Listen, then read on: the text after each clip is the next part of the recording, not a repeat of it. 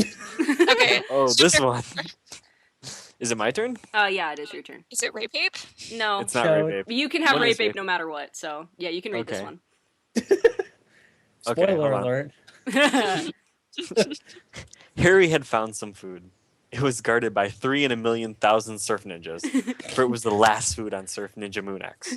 The ecology had been decimated by surf ninjas, and so the last food was a cabbage and mustard sandwich. Harry squatted in the ruins of a castle which had been many skulls and arranged to resemble one large one. It had been poorly done, with the cheeks fading into an amateurly executed jawline. The silent killers of the night had negated their innate advantage, and they only plying their craft on surfboards during the day.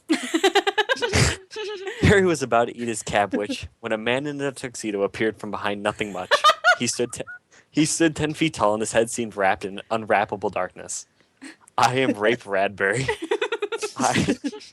I write critically acclaimed fiction which always turns into fact. That's why I have more money than anyone. Harry dug a bit of cartilage out of the cabbage witch and continued chewing. Would you care to discuss one of my books? I hear that my Harry fished out another bit of cartilage. It was a cartilage and mustard sandwich. Ew.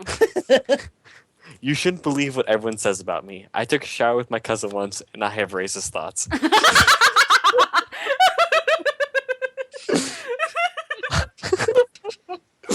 A niblet of yellow cartilage landed on Rape's shoes. He thought about his cousin. Okay, is it my turn next? Oh no, not this one! Ah, it's so short. I won't be able to make through it. I can't. No. Oh no! Okay. Okay. The Inquisitors were torturing Harry. First, Ignatius used the rock. Then Billy asked Harry if he wanted to read his BDSM blog. Harry was so surprised by this that his pants flew right off. He was wearing women's underpants. The Inquisitors were wearing them too. Then they realized that they were all men of the Lord.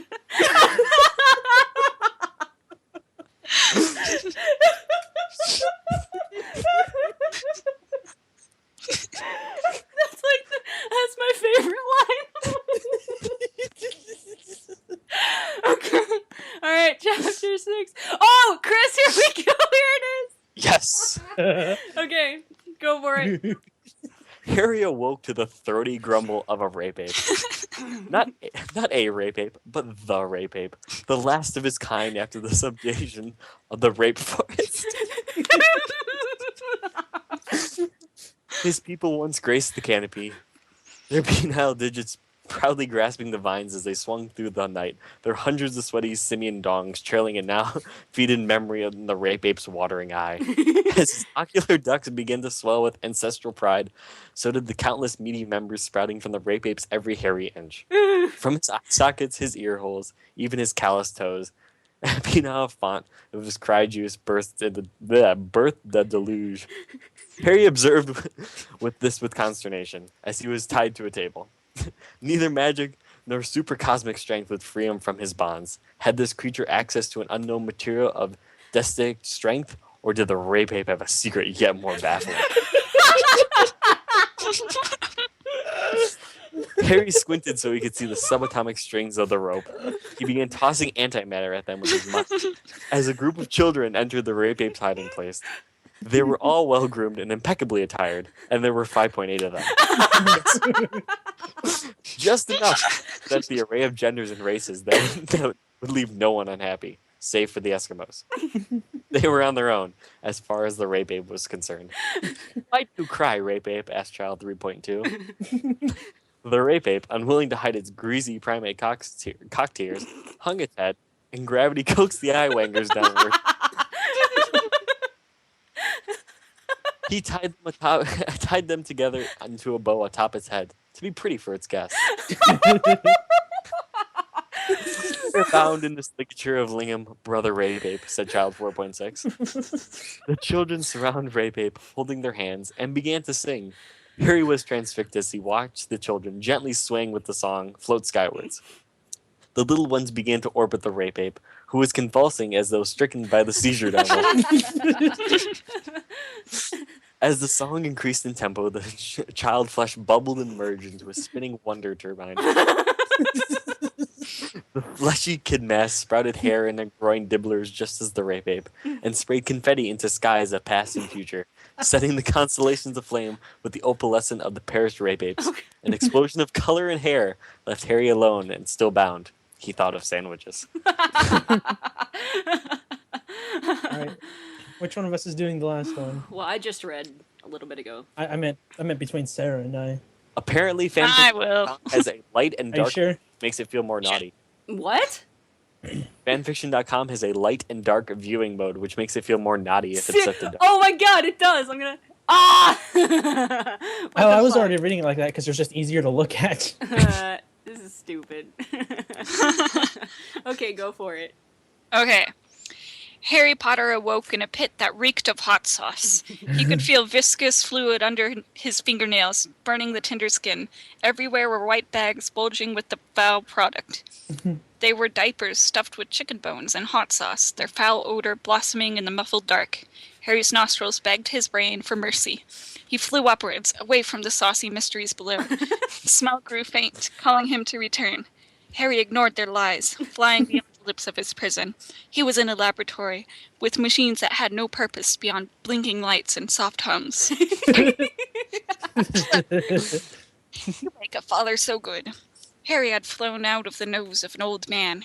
This man wore a white coat, yet was drawn by the hand of an idiot. His voice came not from his mouth, but from elsewhere, a sad attempt at humanity. I know you'll do so well. Now you choose. The man reached into his coat and laid out 3 diapers, each brimming with the spicy bones of the nose prison.